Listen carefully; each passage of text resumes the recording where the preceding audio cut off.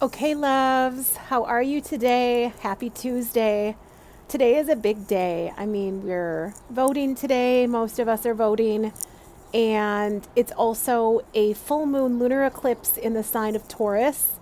And I'm not an astrologer, so I won't go into what this means exactly, but just wanted to mention it because it is significant astrologically right now. What is on my heart to talk about is feelings. Most people don't want to talk about them.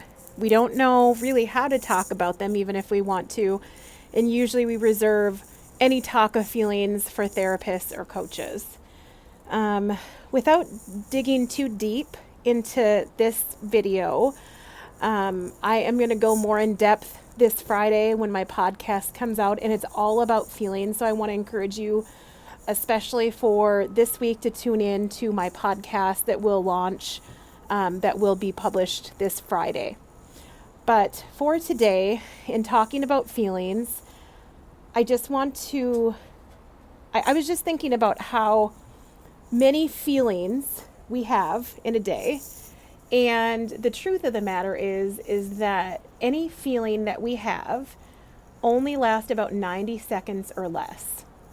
And it's only a vibration in your body or a sensation in your body that your body is feeling. Now, some feelings seem like they last longer because what we do as humans is we'll keep bringing up the thought or the feeling in our bodies repeatedly. So then the feeling will expand and it'll keep going. But any single feeling, if you sit with it and observe it in your body and the sensations that you're feeling, only last 90 seconds or less.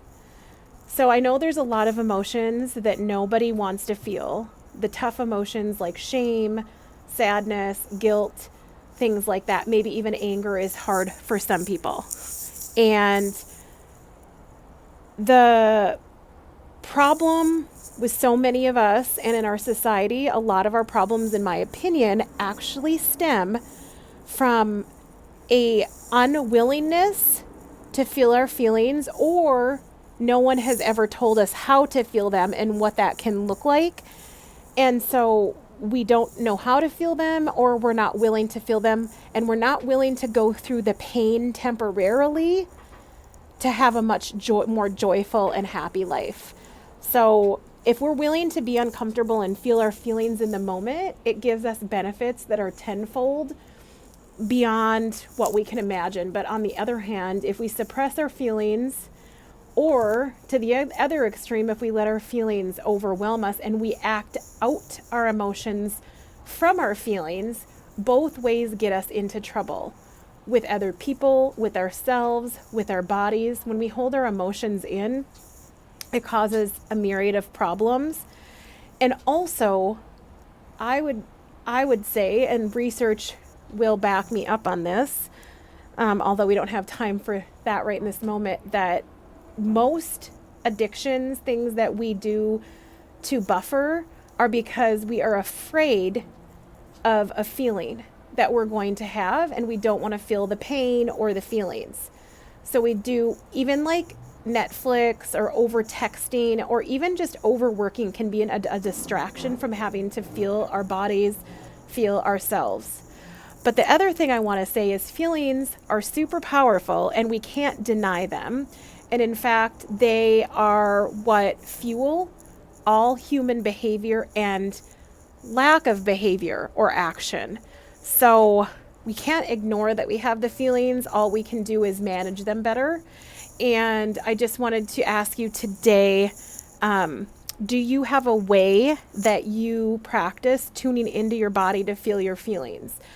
It can be a stationary practice where you're just giving yourself a few minutes on the couch, where you're just tuning in. It can be a guided meditation. Maybe you're really good at tuning into your feelings when you exercise.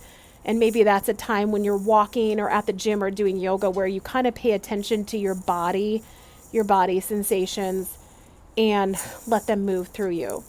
So I think I'm becoming more and more of a fan of this.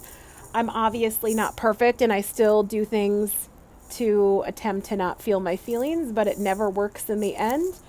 And so I think I've learned from history and from people around me and from my own behavior that the only way through is in.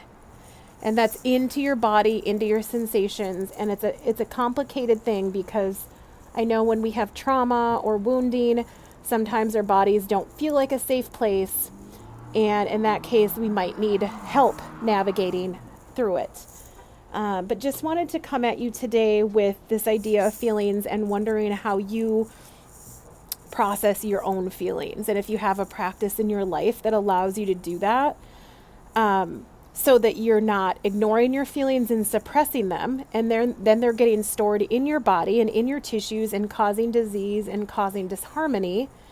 Or on the other hand, if you let your emotions overtake you, you're lashing out or acting out from anger or sadness and doing things that you might not normally want to be doing.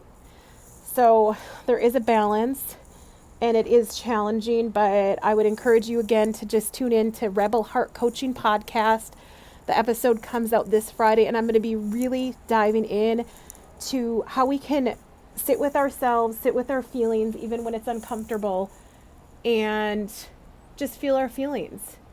And as hard as it is in the moment, it's much harder if we don't do it. And it causes many more problems in our life. So I'm trying to be a gangster of my feelings, and it's not always easy, but it's possible and it's worth it. I love you. I hope you're having an amazing Tuesday, and I hope that you're listening to yourself and honoring yourself. And I love you, and hope to see you soon, or hope that you tune in on Friday, because I think there's really something there that's really special for this podcast on Friday. So Rebel Heart Coaching on Apple, iTunes, Spotify, Amazon Music. I'm going to be digging in. I love you so much. Happy Tuesday. Mwah.